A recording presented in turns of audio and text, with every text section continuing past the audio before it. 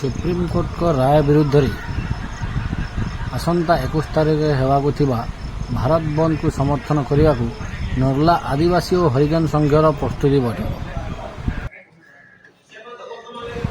Supreme court होउछंती आम देशर सर्वोच्च न्यायालय। यही कोर्टे केवे मध्य कौन दलीय चाप किंबा जातिभित्तिक चाप किंबा द्वेष अनुसार राय प्रकाश पाए ना। से आम देश में बसवास कर 140 कोटी लोके सुप्रीमकोर्ट राय को अक्षर अक्षर पालन कर। चलित मास 1 तारिख सुप्रीमकोर्ट एक राय प्रकाश पाई। राय अनुसार आदिवासी हरिजन मान जातिभित्तिक संरक्षण को आर्थिक भित्तिक संरक्षण भाव में राय प्रकाश कर प्रत्येक राज्य में यह लागू करने निर्देश जारी कर।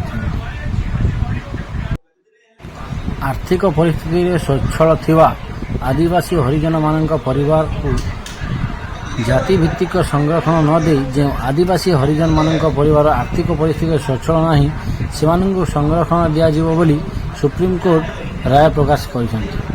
राय को विरोध कर आसंता 21 तारिख में होगाकु आदिवासी हरिजन मान भारत बंद डाकरा को सफल करने आज नर्लार आदिवासी संघ कार्यालय नर्ला अंचल विभिन्न आदिवासी संघ और हरिजन संघ मिलित भाव एक प्रस्तुति बैठक आयोजन करथिले।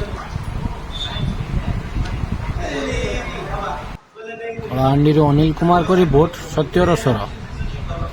मोर ना हूँ रघुनाथ देव, मु all Odisha scheduled caste federation Narla block सभापति।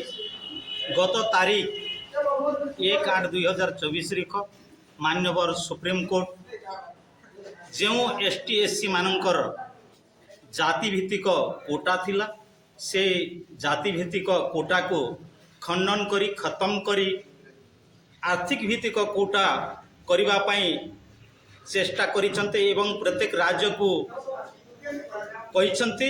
एणु आमको आर्थिक भित्तिक कोटा दरकार नहीं, आमको जाति भित्तिक कोटा दरकार। जो सुप्रीमकोर्ट जो राय देइसंते से राय को आमे भूल प्रमाणित करबा पई खंडन करबा पई एवं आमर हक अधिकार को साब्यस्त करबा पई आमे आसंता 21/8/2024 भारत बंद डाकरा देइछु।